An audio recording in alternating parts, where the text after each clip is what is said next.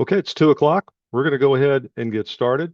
I want to welcome everyone to this Public Technology Institute webinar. This is a series of webinars we produce to help public sector technology professionals be more effective in their jobs.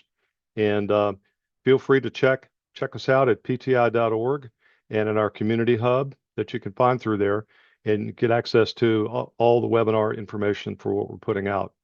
I'm pleased to be here this afternoon to talk to you about the art of championship and the role of champions in your professional life. We're going to talk about what champions are, their role in your career, their value, how to find them, and how to be a champion. There's only 14 slides in this presentation, so it's not quite death by PowerPoint.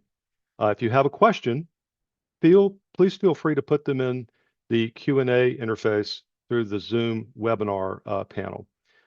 Your questions are the most important part of this presentation, and we'll answer as many as we can at the end of the presentation. We've already had a couple submitted that I'm prepared to answer at the end of the presentation.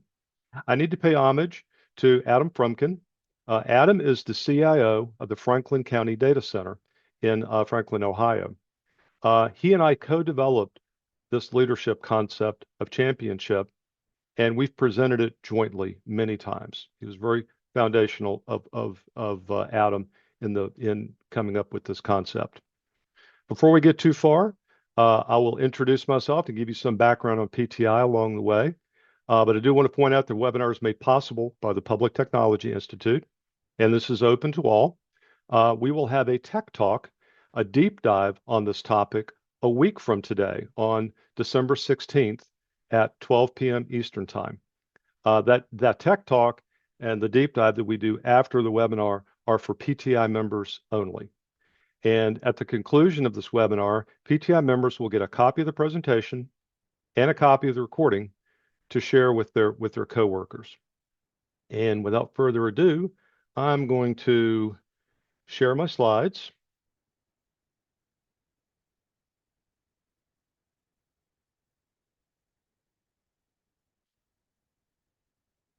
Okay, very good.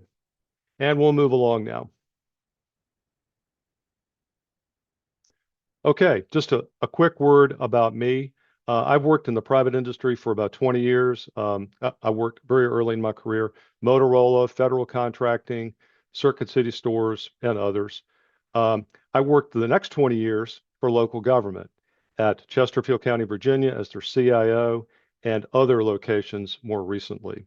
I retired from Chesterfield County in 2023 after being their CIO for 17 years.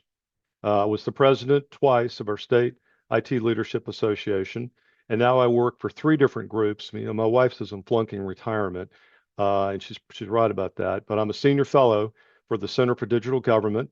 I'm also the director of technology consulting for the Public Technology Institute, and I have my own company, Condrey and Associates, and I do IT consulting for local government clients. And throughout the last 20 or so years, I've maintained a commitment to local government. And just a little bit of background about PTI, and Fusion Learning Partners. Fusion Learning Partners and PTI are both nonprofits. They were founded back in the 1970s. And the mission of both has always been to strengthen local governments through leadership development and effective use of technology. And then in 2023, they found each other and merged. And PTI is now a division of Fusion Learning Partners. Fusion Learning Partners is headquartered in Minneapolis, Minnesota, and PTI is more or less a virtual company. The PTI employees are in different states. But again, very similar missions between the two organizations to support local government and with assistance, membership, and collaboration. So what we do at PTI, PTI has basically got 3 pillars. What we believe at PTI is that technology can help local governments improve the lives of residents, and by helping local government effectively utilize technology, we're contributing to the common good. And we do this through PTI 3 pillars, just real quickly. We do leadership development through our certified government CIO program. We're the national leading firm for that in the United States. We also have a range of other certifications and certificate programs through that. We also have a membership and services pillar that we once we train people, once we come into contact with people, we like to stay in community with them. This is a team sport. Okay, technology and local government is a team sport, so we like to stay in community and in collaboration with them. And then we also support local government with engagements. That's what I manage. These are consulting engagements that can be anywhere from a week to a year. We focus on cybersecurity. We bring seasoned IT professionals to the customer, and these are foundational services that position the local government for further success. And coming soon, the newest edition of the textbook that's used in our Certified Government CIO program, the CGCIO program, is going to have a chapter on the art of championship. So I'm very pleased to be able to contribute to this is the textbook for the CGCIO program, and Dr. Alan Shark is the author of this. I contributed a chapter, and I'm very pleased to have that as formally part of the curriculum moving forward for the CGCIO program. So let's introduce the session here. Okay, first thoughts for you.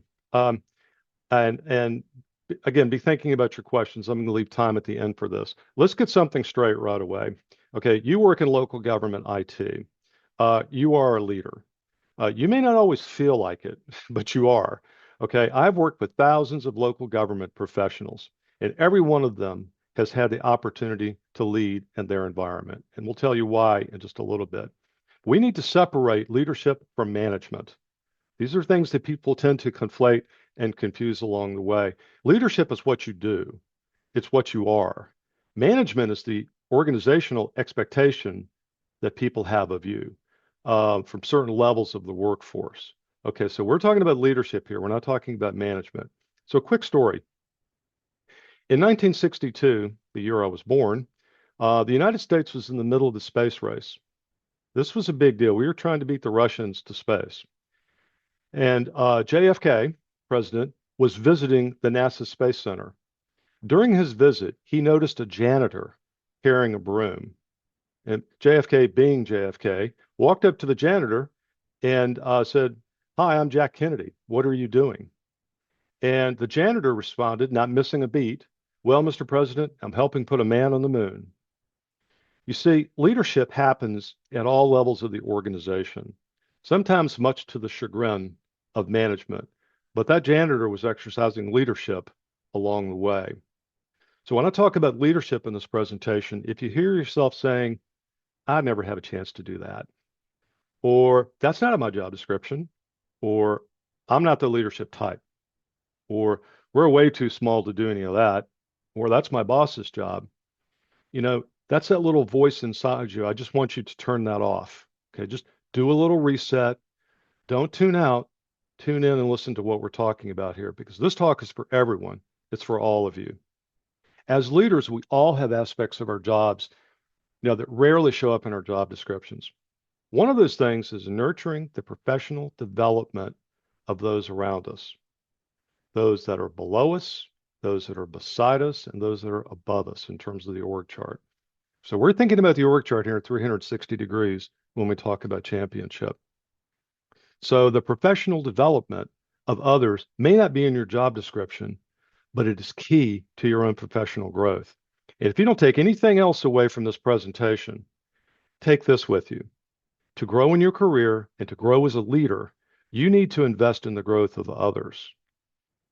This is regardless of what box you occupy on the org chart. Now, the rest of this talk is about how the concept of championship enables that.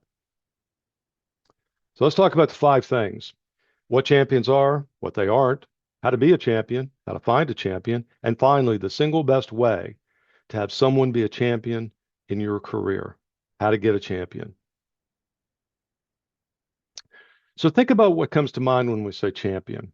When someone said champion to you, the first thing that would pop into your mind, it would probably be something along the lines of football or winners, or maybe even Queen. We are the champions.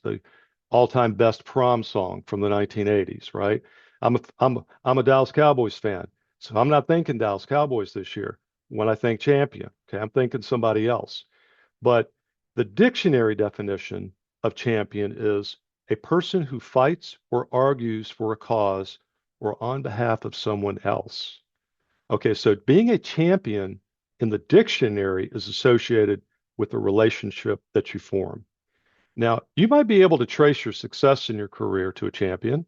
Perhaps it was that boss that fought for a promotion for you, or maybe that staff member that supported an initiative of yours. Because champions in your personal life can happen organically and they can happen naturally, and that's awesome. They can also be identified, they can be cultivated through conscious effort and relationships. Your role as a champion is important to consider as well. Have you ever fought for someone, for something, or on behalf of someone else? Think about your organization for a moment. You have peers, subordinates, superiors, people beside you, above you, below you, all sharing the same mission. It's a great environment for championship. And we're going to talk a little bit about why information technology specifically is a great environment for championship. Now, before we go any further, I want to talk a little bit about mentors and champions. Okay, so two different things. Um, while mentors are a little easier to find, they can be assigned. Champions are earned. Okay. Mentoring tends to be more time bound. I'm going to be in a 2-year mentorship program. I'm going to be in a 6-month mentor program. And we're being so much champion can last for many years. I'm going to give you an example of that. Mentoring tends to be focused downward in the organization. Senior executives mentoring junior executives, people in management mentoring people, line staff, and so forth. Where champions, as we have said, they work 360 degrees. So we're talking about championship here, not mentoring. So how do you recognize a champion? How do you recognize potential champions in your midst? Now, as I go through this, see if this reminds you of anybody in your organization. Start identifying people who are consistent with the kind of things I'm going to talk about here. You know, they advocate. Champions are willing to stand behind people and support them, through a lot of different means, verbally in meetings, digitally and so forth.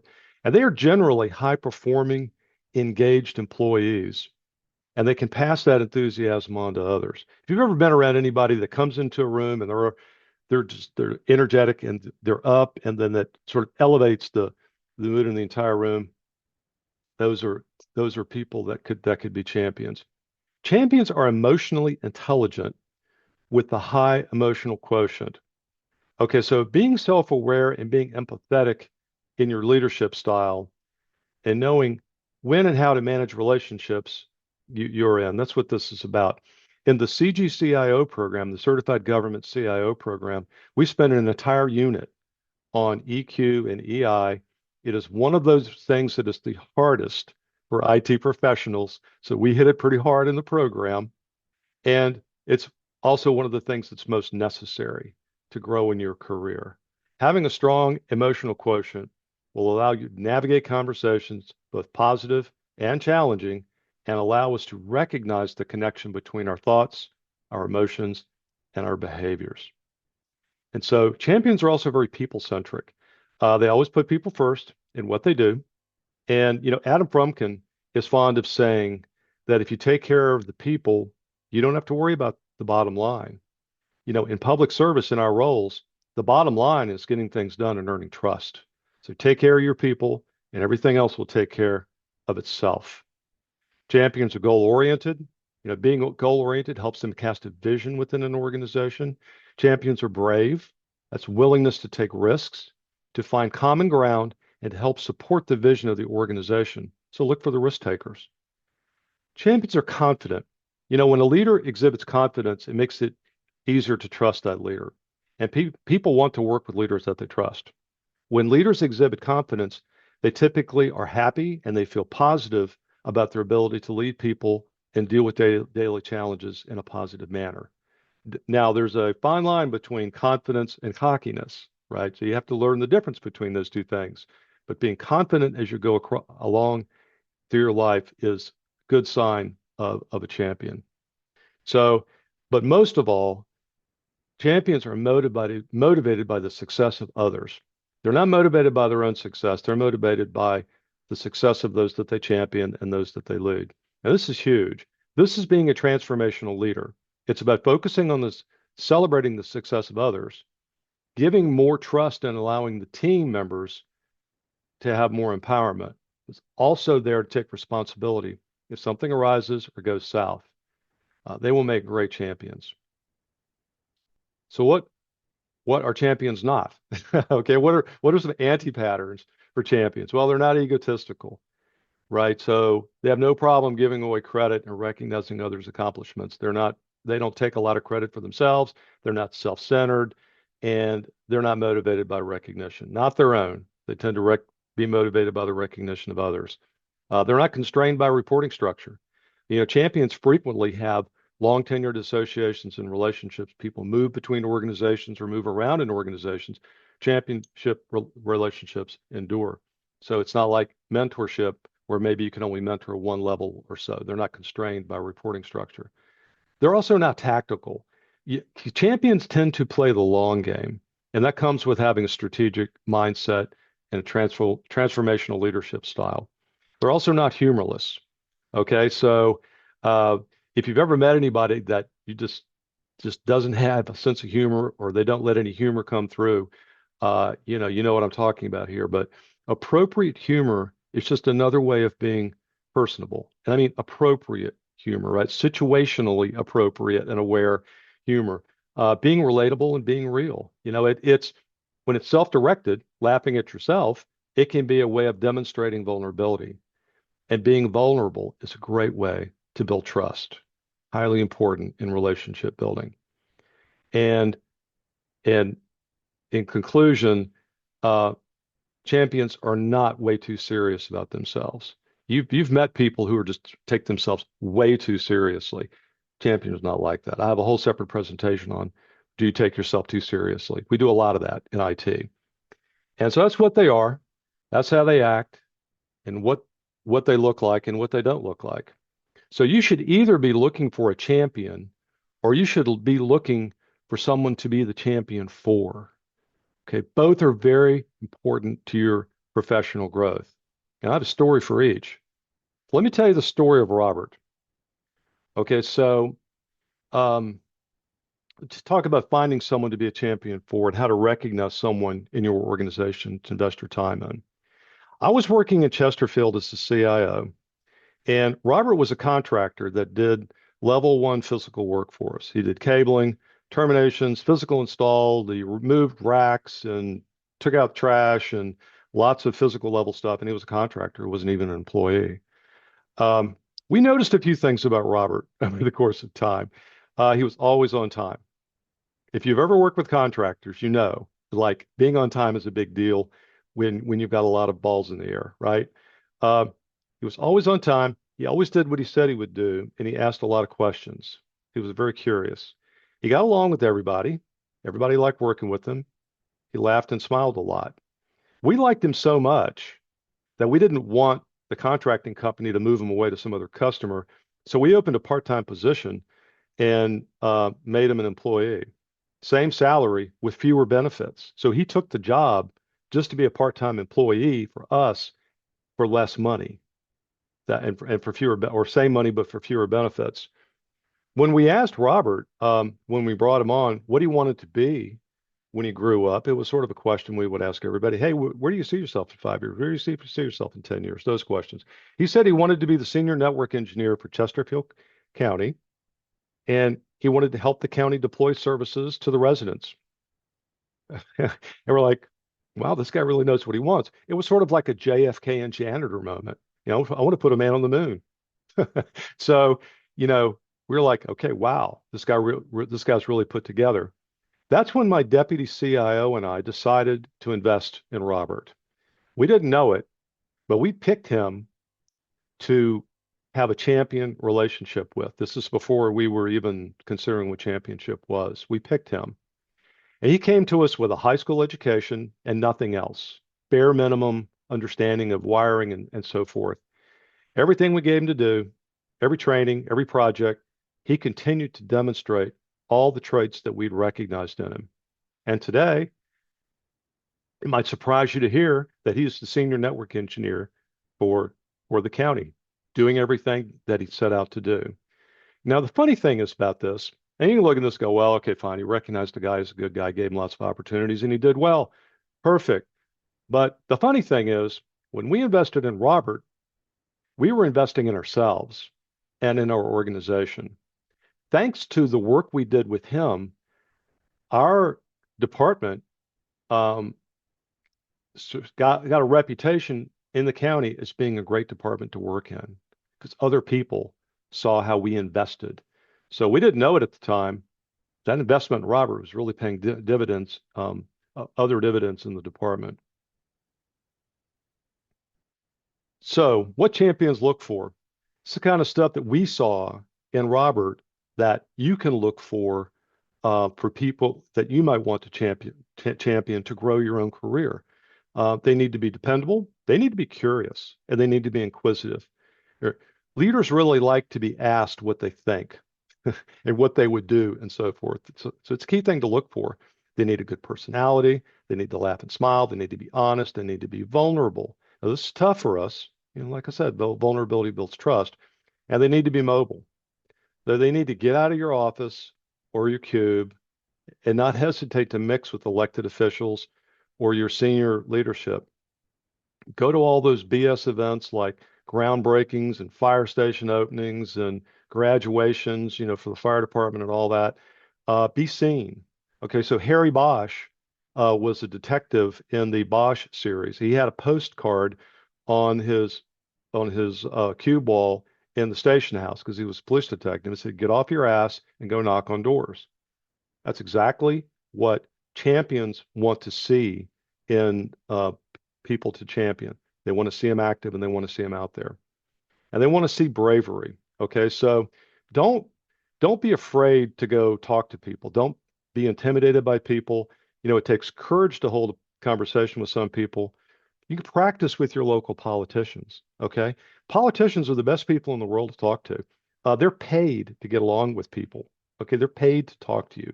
So, whether it's getting noticed by a potential champion or you're looking for someone to invest in, this is a good list to consider. And the last three I highlight on the slide because those were the ones I struggled with when I was a CIO. I always struggled with vulnerability, mobility, and bravery when I was a CIO. The more I worked on those, the more successful I became.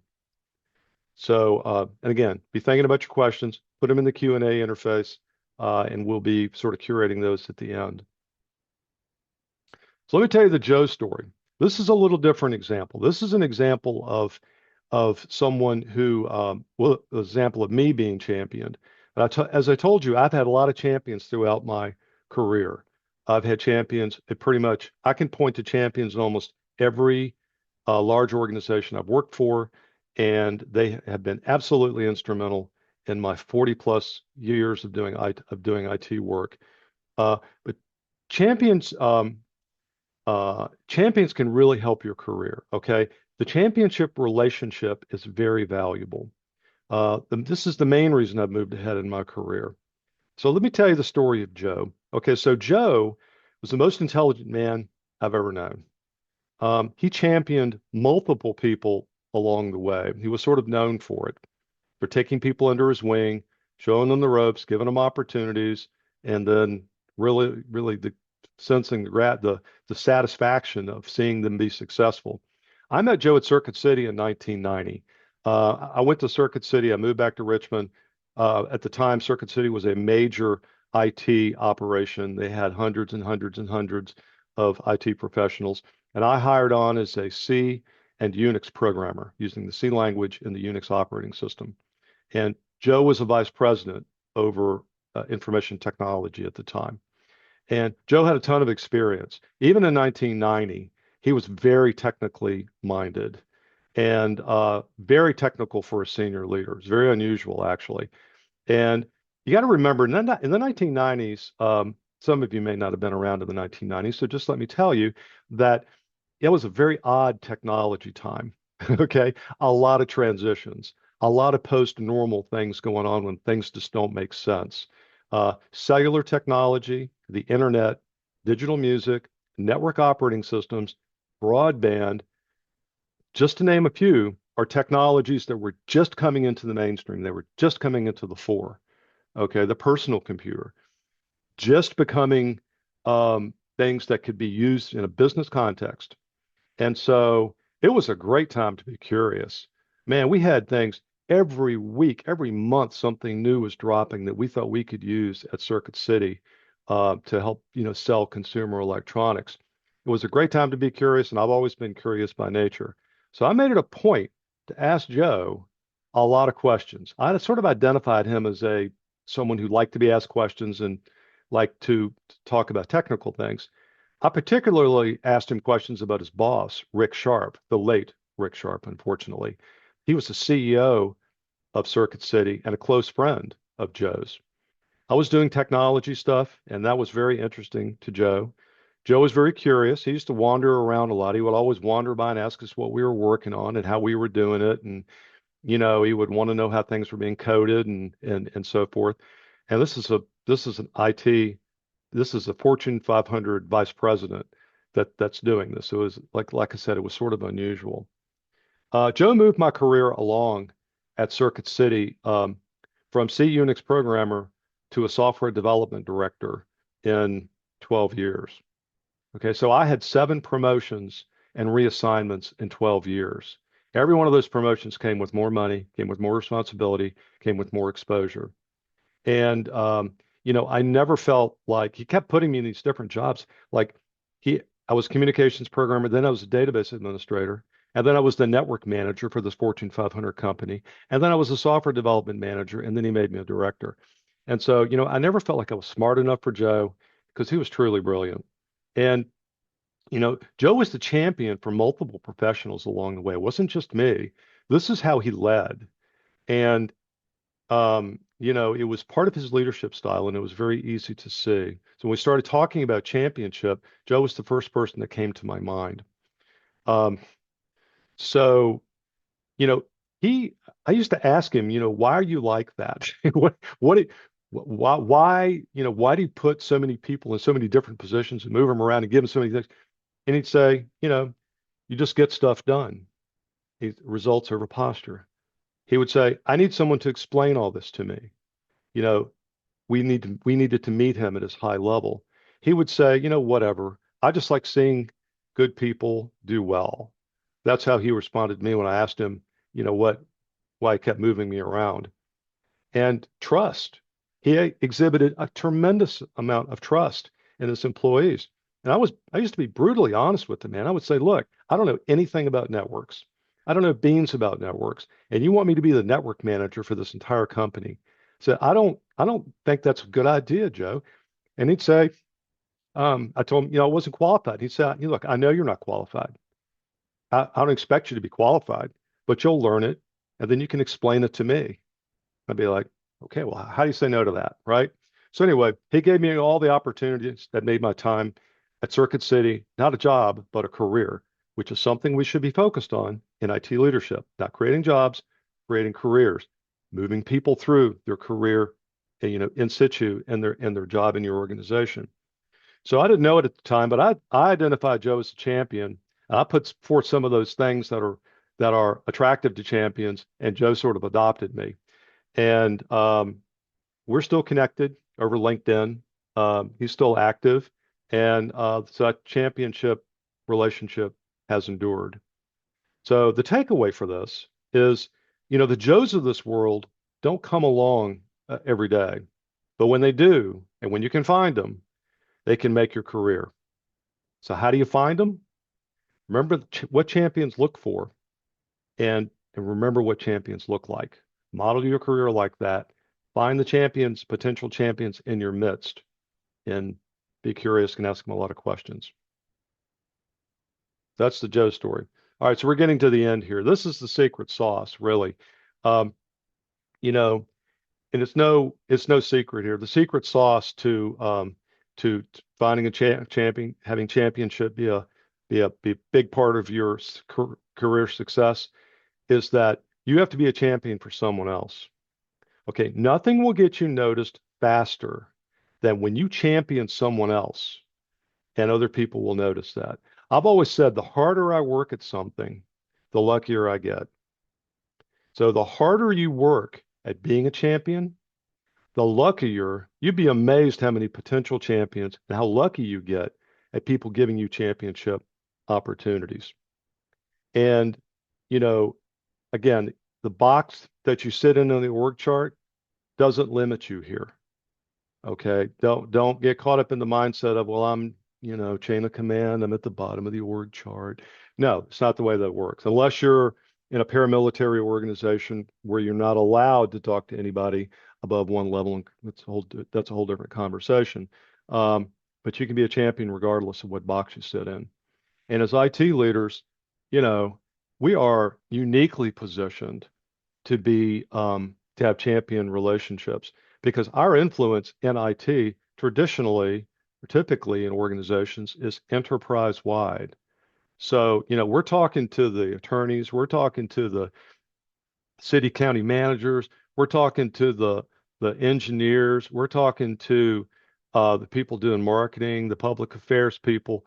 I mean, local government is like it's got more lines of business than General Electric.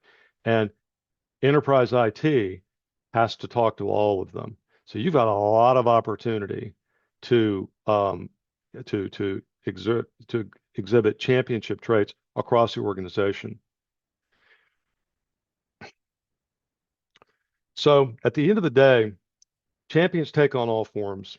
Maybe it's a Joe, maybe it's a senior exec that speaks up for you at your funding request uh, because they trust you. But like I said, I find the harder we work at being the kind of professionals people want to champion, the luckier we get at finding them. Okay. So work on yourself, be attractive to a champion. And that's all I have for today. Um, and I'm going to leave this up for just a moment because I've got two questions uh, that people have already submitted. They submitted them ahead of time. So I'm going to reward that. I'm going to reward that proactivity by giving their answers first, and then we'll see if anything else is in the Q&A.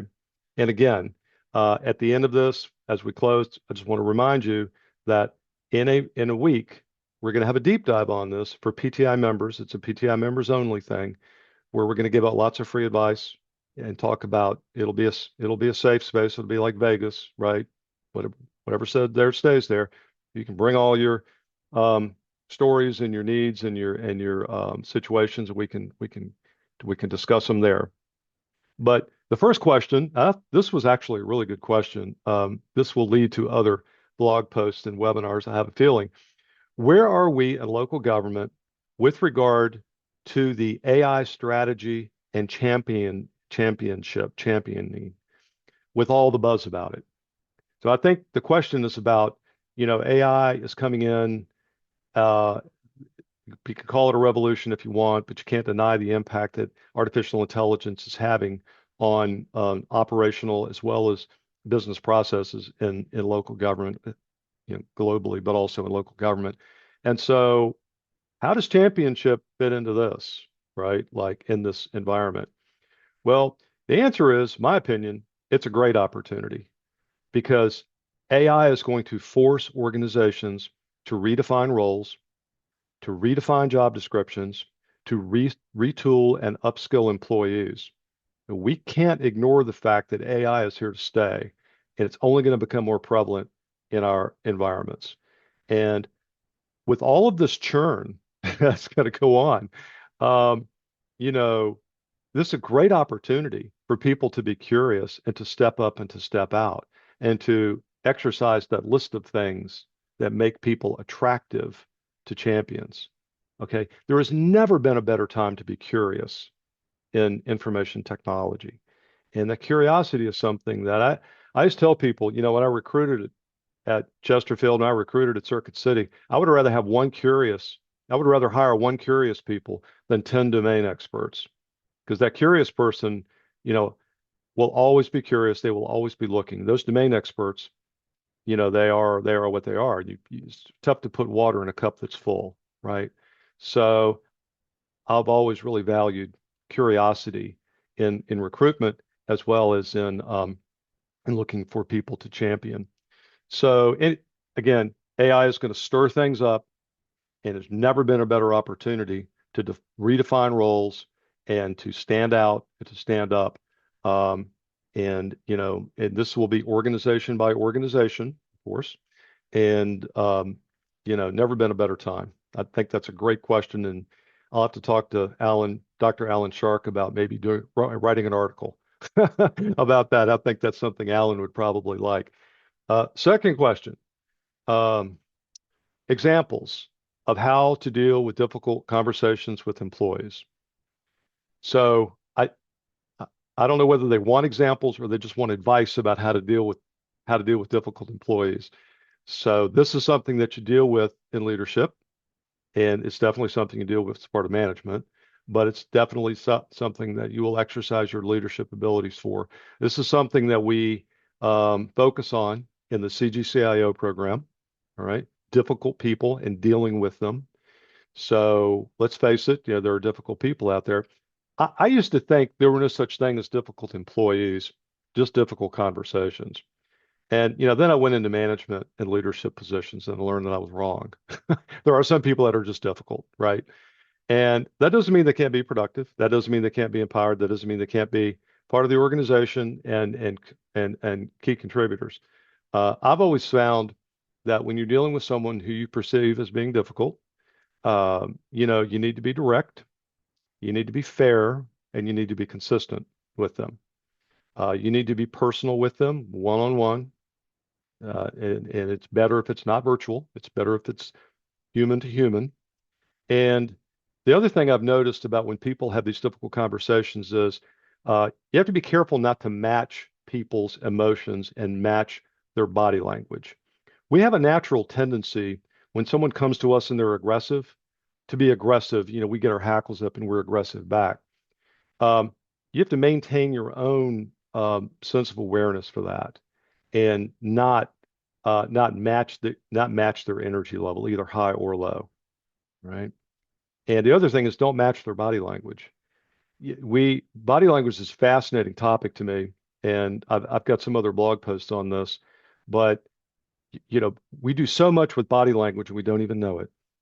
So hopefully my body language through this presentation, if you're able to see me, hasn't been bad. But when you have bad body language and you're already in a contentious situation with an employee, it's going to make it just that much more worse. Or it can make it better if you're using open gestures and you're exercising, sympathetic listening and the tone of your voice and the intonations of your voice and the way you have your head and what you do with your hands, you know, it can do so much to diffuse potentially, very confrontational situation. So those are just some ideas about difficult conversations with employees. And the final thing I would say is don't avoid them. Okay? Because when you avoid difficult conversations with difficult people, you're training them to be difficult. Because nobody wants to have that conversation. They don't want to talk to you either. But if you avoid it, then you're training them just to be difficult, and they won't have to deal with you. Okay, so don't avoid it, don't put it off, handle it. But these are just some ways that you can handle it. Uh, that's my contact information. I promise you that QR code is valid. It's not a it's not a fish. That's my email address at Fusion. And you can reach out if there's anything we can do for you in terms of consulting engagements or collaboration or just advice or just chatting. We're always happy to engage with people. A week from today, as I said, we'll have the deep dive, and we'll have some spicy things to talk about there, I'm sure. I'm gonna stop sharing my screen now that everybody's had my contact information up there for a while, and take a look and see if we I'm going to ask I do have a question out there. Always wondered, um, are mentors and leaders the same thing? I always wondered, are mentors and leaders the same thing? I would say in terms of Venn diagrams, you've got mentors, you've got leaders. There can be some overlap there. Um, and I don't think leaders are all automatically mentors, and I don't think mentors are automatically leaders. And I think I think it's unfortunate that more leaders are not mentors. Again, mentors are a specific kind of relationship. You can have mentors who are, line staff mentoring other line staff. And you can have some leaders who really never, ever want to be in a mentoring relationship. I've only ever been in one in 40 years in industry. I've been in one mentorship program as a mentor, one. Okay, when I was working in local government, and I did such a good job with that person that I was mentoring. Um, I worked with him on his career goals. I worked with him on his interviewing skills. He was able to actually interview with a different locality and secure a large promotional opportunity with a different locality that was more in line with his career. So I mentored him right out of the county. And so I got fired as a mentor, basically. And they told me they never wanted me to be a mentor again because my mentees just tended to leave the county. So anyway, so they do share some characteristics, but being a mentor doesn't automatically make you a leader, and being a leader doesn't automatically make you a mentor. So that's what I would say to that. Thank you for the question. And let's look. We have a bunch of stuff going on in the chat. And let me pop over there real quick. Hey, Barry, this is Dale. Yes, Dale. Yeah, I just had a quick question. So is being a champion also like part of succession planning? In terms of like when you left Chesterfield Cutter, someone's leaving or planning to retire, do you kind of like identify that person as like with the idea of like being a champion with the possibility or maybe the hope that they eventually take over that position or Yeah, okay. So Dale, while I'm ruminating on that, why don't you take a look at the chat and see if you can distill some questions from that for me too, okay? Um, yeah, so succession planning and championship and leadership. So um, you know, when you're a leader and especially when you're investing in championship as a leadership style, you're in one sense you're performing succession planning. Okay, so there's succession planning and there's succession planning, right? There's succession planning where you go through the annual exercise of how likely are people to leave, who's going to replace them if they do, what's their unique knowledge and skill sets that we need to make sure are secured, and there's all that formulaic stuff that everybody should be doing with everybody in the organization. That is typical. That's how most mature organizations see succession planning. And then you like grow people according to that. You marry that with their EDP or their development program, and you marry those two things together and you move people along so that when people leave, you've got somebody in the wings. And that's all well and good. But when you're exercising championship style leadership, you're creating leaders along the way, right? Like it is really difficult to champion somebody and not have them exercise leadership capabilities. You can look at the lists that we did, and there are a lot of similarities between the people who are champions and the people who look attractive to champions to have that relationship with. So to answer your question, um, you know, succession planning is a discipline in and of itself. I think the championship relationship really accentuates and helps that. But they are really, I see them as two different things. But it's a good question. Thank you, Dale. Dale, do you see anything else out there that we need to answer? just a couple things. And actually, I had a couple other comments or questions too, like the idea, can being a champion to someone be seen by others as showing favoritism? Or Yeah. is it being more being a champion more kind of behind the scenes kind of activity? Yeah, you got to be careful about that. And that's one reason why I think Joe was so successful. We talked about Joe because he championed multiple people. It wasn't just me. They couldn't just say, well, Barry's his favorite boy. No, no, there's he had a lot of people that he pushed along and helped. So you have to be situationally aware like that. It's sort of like championship envy, right? And like, we used to talk about like telework envy and stuff in organizations. And you have to be aware of that. And that's actually a good point, Dale. I should actually include that maybe I'll go back and include that in the presentation as a sort of a cautionary tale, something to be aware of. It's a good question. And then just kind of the other thing you mentioned, I think a couple times, like you used the term transformational leader. So I just, kind of curious, like how is that different from leader? Is it like a step above Yeah. kind of Yeah, thing? that's really Adam's Yeah, that's yeah, yeah. that's actually Adam's area of expertise, right? But thinking as Adam, I know I've known my brother Adam for, a long time, and I would consider him to be a transformational leader as someone who, through their own leadership style, not by not by sitting down with the org chart and the HR rep and moving things around and transforming organizations, but by their own leadership style over the course of time, naturally transforms an organization for the better. Okay. And there's a specific set of traits, knowledge, skills, and abilities that transformational leaders use to do that. And Adam is really, he's got that down cold.